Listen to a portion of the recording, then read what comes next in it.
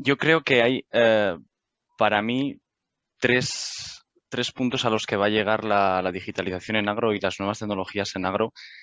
Uno de ellos y el más importante para mí es la inteligencia artificial y el machine learning. Yo creo que es algo que va a pegar muy fuerte en los próximos años.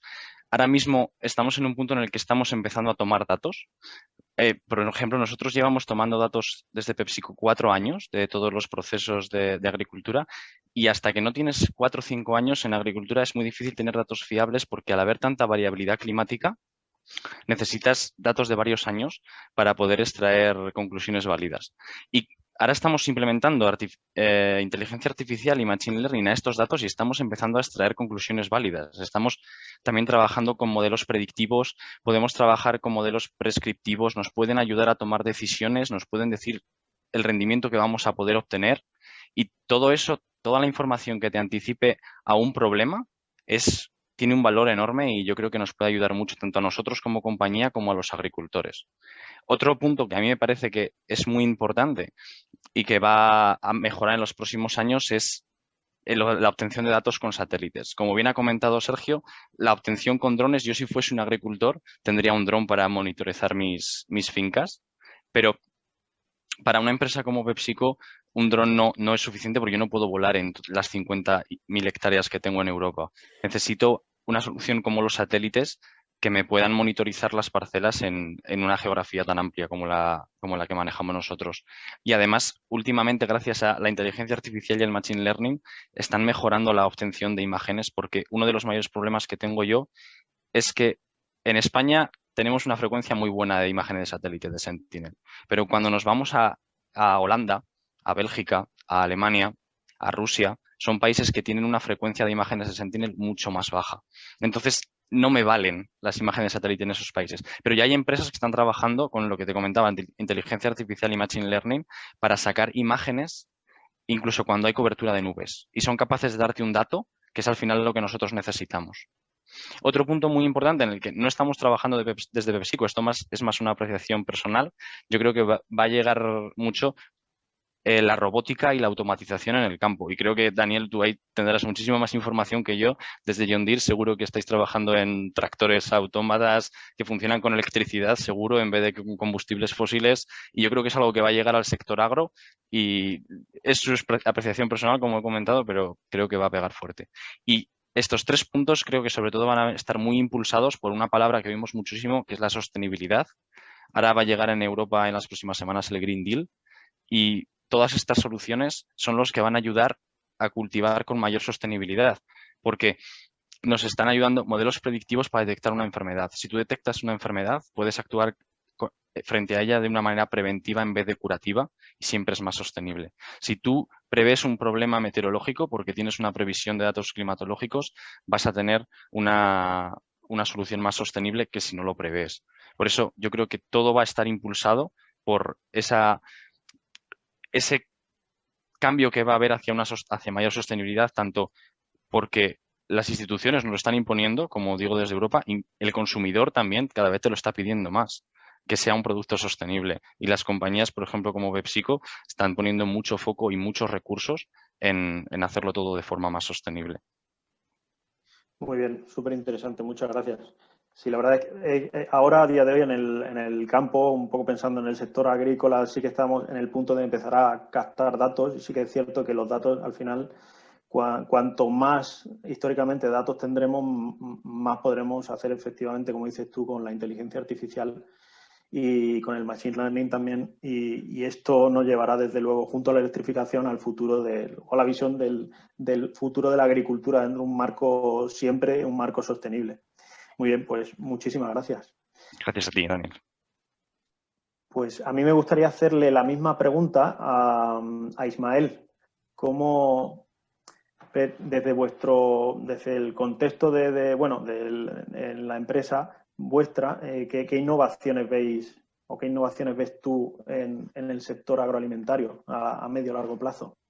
Sí, pues en Planasa, bueno, yo coincido prácticamente al 100% con las tres tecnologías de las que ha hablado Cristian y que también ha estado hablando Sergio. En nuestro caso en concreto, bueno, nosotros básicamente, aparte de tener el hándicap, entre comillas, de ser una empresa global y tener fincas distribuidas por prácticamente todas las geografías y entre otras en zonas en las que tenemos o podemos tener problemas de conectividad a nivel telecomunicaciones, etcétera, etcétera, como prácticamente nos pasa a todos.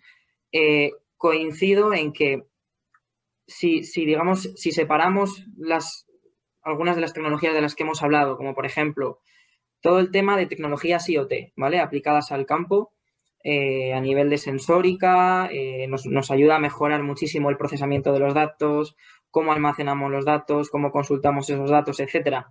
Además, nos permite muchas de las telecomunicaciones aplicadas a IoT, ¿vale? Nos dan un nuevo paradigma, ¿vale? En cuanto a accesibilidad de los datos en zonas en las que tenemos problemas de cobertura. Ya no solamente tenemos comunicaciones móviles, sino que podemos trabajar con tecnologías de comunicaciones LoRa, Sigfox, Narrowband, que tienen mejor o que es más sencillo, digamos, de llevar conectividad a algunas zonas más remotas. Ya no tenemos que hablar con la operadora de telecomunicaciones que está perdida en una de las puntas de Polonia a ver si nos pueden llevar una BTS, sino que de una manera un poquito más ágil y más sencilla podemos dotar de conectividad. Entonces, en cuanto a tecnologías IoT como futuro a medio plazo para la obtención de esos datos, es una de ellas.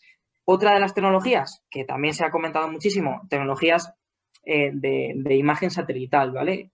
Como siempre, y no lo voy a repetir mucho más, pero en explotaciones grandes a nivel global, como no trabajemos con este tipo de tecnologías, pintando esos datos sobre mapas, tecnologías GIS, etcétera, etcétera, que ha hablado también mucho Sergio, no hacemos nada. Es prácticamente imposible gestionar todo ese volumen de datos en tantas geografías. Y luego, por último, si juntamos estas dos grandes patas, ¿no? Las tecnologías IoT para la obtención de los datos y las comunicaciones por satélite, y aplicamos toda esa conjunción de datos para poder explotarlos y sacar conclusiones, necesitamos de la analítica avanzada, del machine learning, para dar algo más, un punto más a esas tecnologías. ¿Por qué? Un ejemplo muy típico que incluso nosotros en Planasa contamos internamente para trabajar con este tipo de tecnologías y vender también internamente este tipo de tecnologías. Cuando tenemos el riesgo en uno de nuestros cultivos, en algunas parcelas, de una enfermedad en alguna de nuestras variedades, en alguna zona determinada, si trabajamos únicamente con imagen satelital, seguramente cuando lo hayamos detectado ya sea demasiado tarde, porque ya hemos visto que gran parte de nuestras plantas ya se han visto afectadas por ese hongo, por esa enfermedad, etcétera, etcétera, y ya vamos tarde, entre comillas.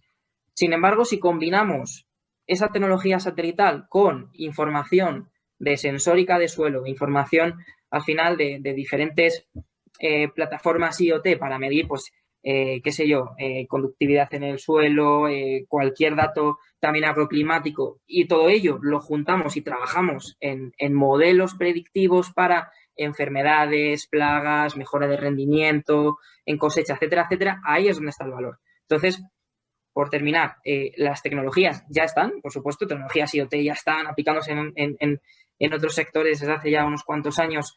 Tecnologías de imagen satelital también están, herramientas GIS, etcétera, etcétera.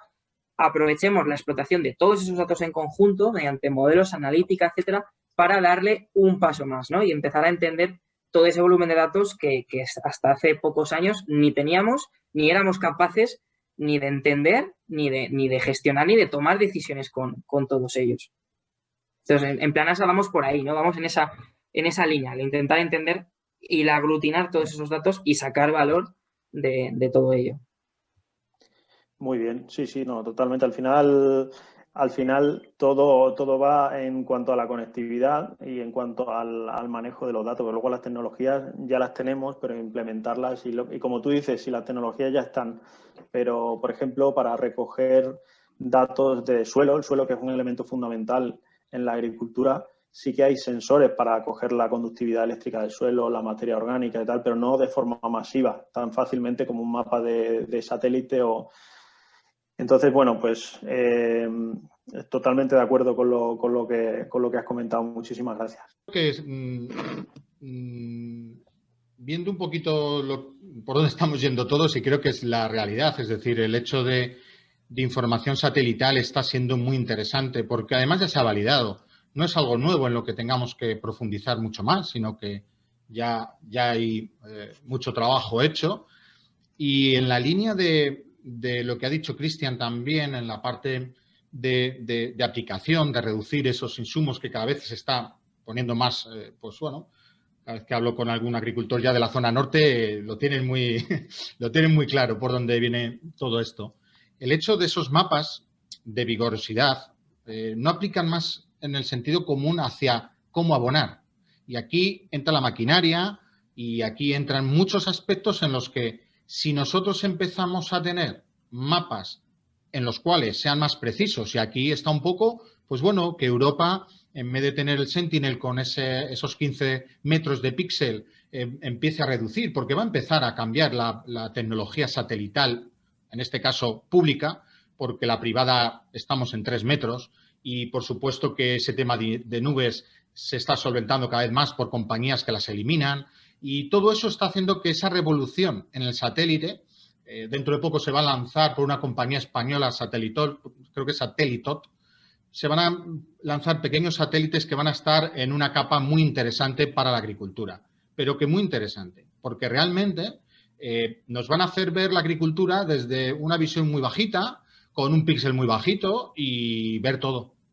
Si además de eso lo unimos, como hablábamos antes, a mapas que van a aplicar sobre reducir, porque al final hay que entender que el vigor es un seguimiento del cultivo en el tiempo para saber dónde tenemos que poner nuestros ojos, por así decirlo. Si tengo un buen vigor en una zona, pues bueno, vamos a permitirnos el lujo de poner nuestra capacidad o la parte de la compañía, el afán de superar esas áreas donde tenemos pues poco crecimiento, poco vigorosidad para darla quizá esa homogeneidad a toda la parcela. ¿Y qué se va a hacer? Pues aplicar esos mapas SAFE a maquinaria que me apliquen dosis variable, cumpliendo por un lado la normativa europea que se nos va a exigir y por otro lado, y siempre hay que decirlo, el bolsillo. Porque aquí es donde está quizá el que las cosas se lleven a buen puerto muchas veces. El hecho de, si yo reduzco pero tengo un rendimiento correcto, porque voy a tener que estar echando en toda la finca el 100% de lo que yo estaba aplicando hace años. Si ya no voy un maíz con un 0,92 no lo voy a hacer más vigoroso, ya no va a tener más. ¿Por qué lo aplico? Por tanto, yo creo que va por ahí. La línea y la estrategia es satélite. En la parte satelital, Europa está haciendo mucha inversión para que el satélite sea cada vez más, se adquiera de una manera más rápida por el usuario. Nosotros estamos en proyectos que nos piden herramientas para el propio agricultor, es decir, herramientas que ya con una simple app vean cómo va su parcela a nivel de vigor. Y ahí es donde yo creo que va a haber una labor muy interesante, en que ese mapita que vemos que viene del satélite se reduzca a un mapita que entra en el tractor en un equipo de dosis variable y que aplica para reducir, porque entran muchas componentes, el económico, la normativa que se está exigiendo en Europa y la tecnológica que se está desarrollando por parte de Europa, que es, quieren que usemos el satélite. Esa es siempre que entramos en reuniones, quieren que usemos la tecnología tan costosa que está encima de nuestras cabezas, porque se está invirtiendo mucho. Muy bien, muchas gracias. Sí, no, si al final el usar esa tecnología va a ser por devoción o por obligación, por normativa, pero al final... Total. Sí. Muy bien, muchísimas gracias, Sergio. Rubén, si comentas tú... Un poco, nosotros en una empresa la cual aglutinamos toda la cadena de valor, no cabe olvidar que nosotros estamos creando producto, pero al final la persona es el cliente final, es el cliente el cual nos compra nuestro producto. Por lo tanto, yo un poco me retrotraigo la innovación desde las necesidades que nos demanda nuestro cliente. Y en ese sentido, pues nosotros hemos categorizado, por ejemplo, en nuestros productos, pues qué necesidades quieren. Pues, por ejemplo, una diferenciación del resto. Es decir, ¿por qué van a elegir nuestro producto respecto a todas las otras botellas que se presentan en el lineal? Pues ahí es donde un poco la digitalización y el que más avance llegará a obtener una diferenciación. Como hablaba antes Cristian, pues a nivel de inteligencia artificial, machine learning, deep learning, nos puede dar un avance para lograr esa diferenciación. Por otro lado, pues lo que también ha hablado un poco Sergio, la parte de de calidad del producto. Es decir, van a aparecer el tema de seguridad alimentaria, es algo también que nos está demandando nuestro cliente y por lo tanto tenemos que ser capaces ya prácticamente casi en tiempo real de satisfacer pues un cliente que está tomando un vino, desde qué parcela ha venido, qué producto se le ha echado, qué es lo que ha constituido dentro de la bodega. Y por otro lado, la parte de trazabilidad. Además de todo ello, la propia trazabilidad que siempre estamos hablando a nivel de loteado, pues abrirlo un poco más, lo que estábamos hablando dentro de la parte agro, pues oye, ¿de qué suelo se ha hecho? La gente cada vez se interesa por tener más conocimiento de la trazabilidad, entonces intentar también a través de la digitalización darle esa información. Por otro lado, otro punto de innovación que yo veo interesante es la parte de distribución y logística. Es decir, también no debemos olvidar que estamos en una zona agro y en la cual la parte de distribución y los desplazamientos es un factor importante.